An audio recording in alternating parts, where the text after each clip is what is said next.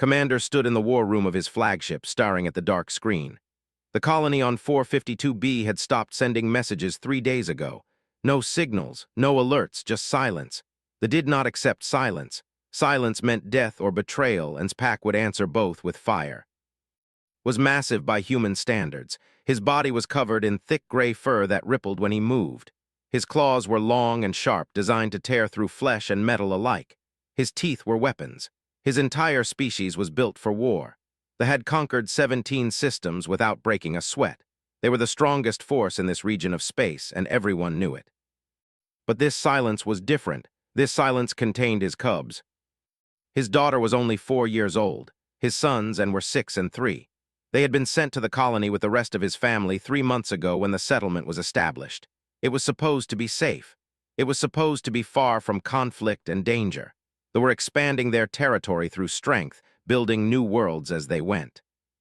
Now those worlds had gone dark.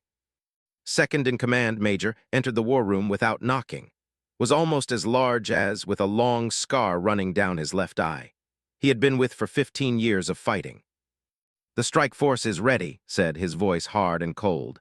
40 of our best warriors, weapons loaded, ships prepped. We can be at 452B in 6 hours. Nodded once, he did not speak. Had learned long ago that leaders who spoke too much seemed weak. He let his silence do the talking. The fleet jumped to hyperspace, and the vast ships tore through the darkness between stars. Sat alone in his chamber, thinking about his cubs. Had his eyes. Had his strength. Was still a baby, still learning to walk. The thought of them hurt made his claws dig into the armrest of his chair, tearing the metal like it was paper. Whoever had touched his family would die slow. When they dropped out of hyperspace, 452B was exactly as it should be, green and blue and alive. The colony was there, built into a valley surrounded by tall mountains. Could see the main dome, the worker buildings, the landing pads. Everything looked normal, but there were no signals, no welcome messages, no scanning attempts to identify the incoming fleet. "All sensors green," reported. "No weapons fire, no enemy ships detected." "Because they are hiding," said. It was the only explanation that made sense. "Or they are all dead," said carefully. Did not respond to that. He would not accept that possibility. The strike force landed hard, their ships hitting the ground with enough force to shake the earth. 40 warriors emerged, weapons ready, moving in perfect formation toward the colony. Walked at the front, his gun in one hand, a plasma cutter in the other. His teeth were bared. His muscles were tight. He was ready to kill everything that moved. The entrance to the main dome was open. That was wrong. It should be sealed. It should be locked tight. But there it was, open like a mouth waiting to swallow them. And his warriors entered. The dome was filled with light from above. Plants grew in neat rows. Water recycled through clear tubes. Everything was running. Everything was working. But there was nobody moving, nobody working, nobody defending. Pointed toward the central hub. That was where the families lived. That was where the cubs would be. Moved forward, and his warriors spread out behind him. His heart was pounding in his chest. He could smell something in the air, something that was not, something weak and small and somehow familiar from his time studying human culture. A human. The door to the central hub slid open and froze. Inside the main room, surrounded by cushions and blankets, was a human. The human was sitting on the floor with his back against a wall. He was thin and pale and fragile-looking. His eyes were open, and they were looking directly at with no fear. That confused more than anything else could have. And sleeping on the human's chest, curled up and peaceful and safe, were 3 cubs. And all of them, all alive, all exactly where they were supposed to be. His warrior mind could not process what his eyes were showing him. His claws went slack. His weapon lowered slightly. Behind him, he heard suck in a sharp breath. The human did not move. The cubs did not wake up. The scene was so peaceful, so calm, that it seemed impossible. It seemed like a dream, but the smell was real. The warmth of the cubs was real. The sight of them breathing slowly and safely on a human's chest was real. The human did not move when raised his weapon. The human did not move when 10 warriors spread out around the room, covering every possible exit. The human did not move when walked closer, each step heavy and deliberate. The cubs, however, began to stir. His eyes opened first. She saw her father and let out a small cry of joy. She tried to sit up, but the human gently held her in place, keeping her close to his chest. Woke next, and his reaction was the same. The need to get to their father was strong, but something about the human's grip and his soft voice told them to stay still. Easy, the human said. His accent was thick, his words broken and slow. Easy, your father is here now, it is okay. Stopped walking. He looked at his cubs on the human's body, and then he looked at the human's face. There was no cruelty there, no hunger, no anger, just exhaustion and something else that could not name. Stand up, commanded. His voice was a growl that made the walls shake. The human looked at the cubs for a long moment. Then he slowly, carefully began to move. He kept the smallest against his chest as he rose to his feet, and stayed close to his legs, unsure of what was happening but unwilling to leave him. My name is, the human said. His words came out in careful order like he had been practicing them. I am from the human settlement, 12 kilometers from here. Why are you here? Asked. Why are my cubs on your body? Took a breath. He did not flinch from his intensity. 3 days ago there was a meteor shower, said. A large meteor hit this dome. It destroyed the life support system. All the adults in the colony tried to save the system. They all died in the explosion. Paused. His voice was steady, but his hand shook slightly as he held. I was doing maintenance work outside the dome when it happened. I saw the explosion. I came here to help. I found your cubs in the rubble. They were scared. They were cold. I brought them to my shelter because I had heat and food and water. Made a low growl. A human saves them, a weak human. Did not take his eyes off. I am weak, he said simply. You are right, I have no strength compared to I cannot fight. I cannot protect anyone from real danger, but I could give these cubs warmth. I could give them food from my supply. I could hold them so they would not feel scared. That is all I had to offer, so that is what I gave. Looked at his cubs, was reaching toward him, wanting to come, was confused but calm, was sleeping again, trusting his chest to keep him safe and warm. You could have killed them, said. You could have taken them, you could have left them to die.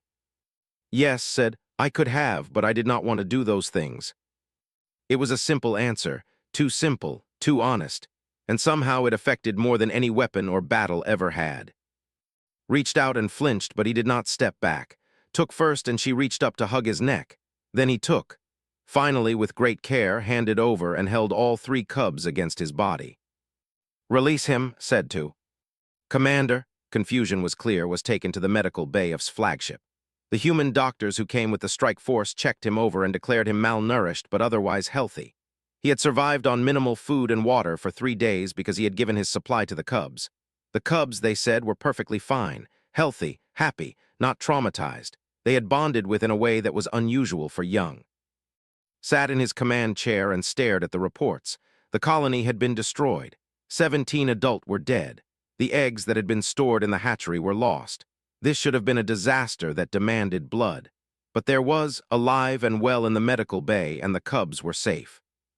Came to him with questions. What do we do with the human? The major asked. Do we acknowledge the debt and let him return to his people? Do we keep him for analysis? Do we eliminate him as a security risk? It was a fair question. In culture, debts were paid with payment equal to the service. Had saved 3 cubs, 3 valuable lives. What payment could match that? What was a human life worth? What was a human sacrifice worth? Decided he needed to speak to directly. They met in a holding cell, but made sure it was clean, and that was given clothes and food. The human ate slowly at first, afraid to take too much, before hunger made him eat like someone who had been starving. Tell me why, said simply. Finished his meal and then looked at with clear eyes. When I found your cubs in the rubble, they were crying, said. They were scared and hurt and alone. They are small. They are young. When I held them, they stopped crying. It made me feel like my life was useful. In my settlement, we have a saying. We say that protecting the young is more important than protecting ourselves. Maybe that is not how I think. Maybe that makes me foolish. It does make you foolish, said. I would not risk his life for young that are not his own species. I would not give his food to another species' children. I would judge by strength and by value to the pack. You have none of those things. Did not argue. Stood up and walked around slowly. Tell me something, said. If you had known that saving the cubs would cost you your life, would you have done it anyway? Took a long time to answer. Yes, he said finally. Yes, I think I would have, because they needed help and I was there because they could not save themselves. Stopped walking. He had served in the military for 40 years. He had seen warriors die for glory, die for their pack, die for conquest, die for revenge. He had never seen anyone willing to die for a stranger, for something that had no connection to their own survival. In my culture, continued, we are not the strongest species in the galaxy. We are weaker than most. We are slower. We are smaller. But humans have survived on a hard, dangerous world because we protect each other. We protect the young. We protect the weak. We believe this is a kind of strength. Returned to his chair and sat down. Your kind has been conquered and enslaved many times in history, said. This was fact. Human history was a record of losing. Yes, said, but we always survive. We always rebuild. Maybe that is because when we treat the young and the weak as valuable, everyone wants to protect everyone else. Maybe that is stronger than weapons. The Senate chamber, although was a place of power and death, sat in elevated seats, their claws glinting in the harsh light. The chamber was built to intimidate, to show strength, to remind anyone who entered that weakness was not tolerated here. Was brought before them wearing simple clothes, looking small and fragile against the massive architecture. Senator, the oldest and most powerful, stood up. We are told that a human protected its cubs when they were in danger, the senator said. This is unusual. Humans typically protect only their own bloodlines. Humans are also weak and self-serving. We question whether this human's actions were genuine or a trick. Stepped forward. I stood before this human while he was unarmed and holding my cubs, said. My warriors had weapons trained on him. He could have used the cubs as shields. He could have bargained for his freedom. Instead, he released them to me immediately, asking nothing in return. Another senator, Marca, stood up. She was known for her harsh views on weaker species. And what have you done with this human? Have you executed him for touching your young without permission? Have you enslaved him for his presumption? No, said. I have brought him here, because I want to ask the Senate a question. If a human, a being our culture considers weak, can show more courage and more honor than many of our own warriors, what does that say about what we believe honor to be? The chamber erupted. We're not comfortable with their beliefs being challenged, especially not by a warrior as respected as. Raised his hand, and the chamber went silent. My cubs were going to die, said. The colony was destroyed. The odds were against them. But this human, this weak human, gave them warmth and food and safety. He asked for nothing. He expected nothing. He did this because he believed it was right. Pointed at, in my judgment, this human has shown more true strength than warriors 3 times his size. This human has shown that honor is not measured by what you can take or how hard you can hit. Honor is measured by what you will sacrifice for others. Senator made a sound like a growl. You are asking us to honor a human, a species that has never shown us anything but weakness. I am asking you to recognize that we have been measuring strength wrong, said. I am asking you to vote to grant this human full citizen status in the Empire, and I am asking you to acknowledge that humanity deserves respect, not conquest.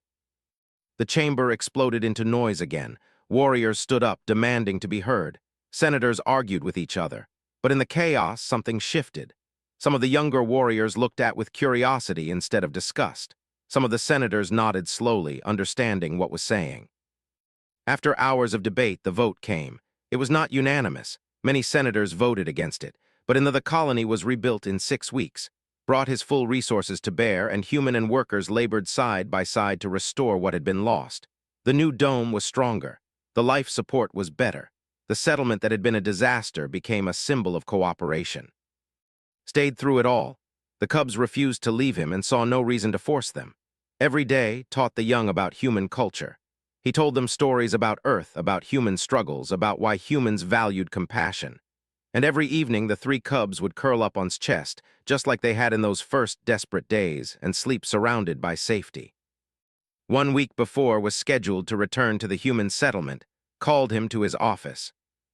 Your government has agreed to the alliance, said. There will be trade, there will be cooperation, there will be joint defense agreements. Humanity will no longer be a species that conquer. You will be our partners. Looked like he wanted to say something, but could not find the words. And I am making you an official request, continued. I am asking you to become an advisor to the military. Specifically, I want you to teach our commanders about human tactical thinking and about human moral philosophy. We have been strong for a long time, but strength without wisdom is just destruction. Nodded slowly. What about your cubs? He asked. They are already yours, said. You protected them when they were vulnerable. That makes you pack. In culture, once you are pack forever. My cubs can stay with you when you return to the human settlement. We will visit often. That evening stood outside the new colony dome and watched, and play in the alien dirt, running and wrestling and laughing. They were young and strong and alive because of what he had done. They were part of his life now, and he was part of theirs. Came to stand beside him. You changed my entire understanding of what strength means, said. Looked at the massive commander. You changed mine too, he said.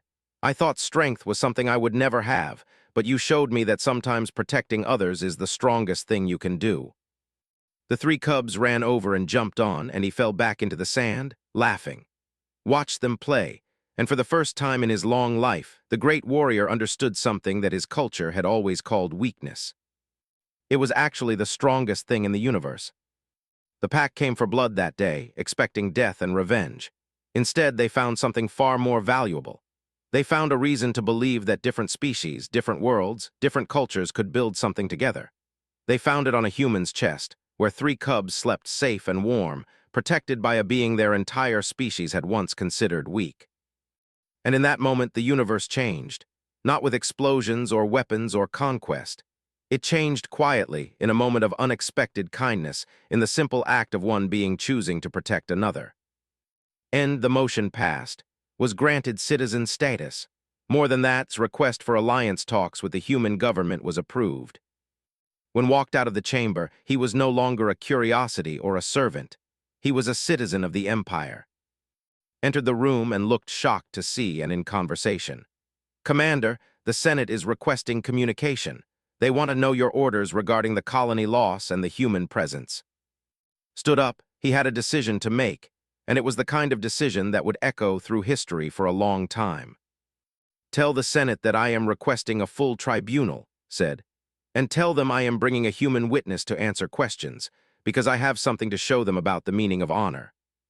The human saved my family, said, release him. Lowered his weapon slowly, and the other warriors did the same. Stood alone now without the cubs, and he looked very small and very tired. His eyes were red. His face was thin and gaunt. He had not eaten well. He had given his food to the cubs. Looked at this fragile, weak human who had done the impossible thing, and for the first time in his life, questioned everything his species believed about strength.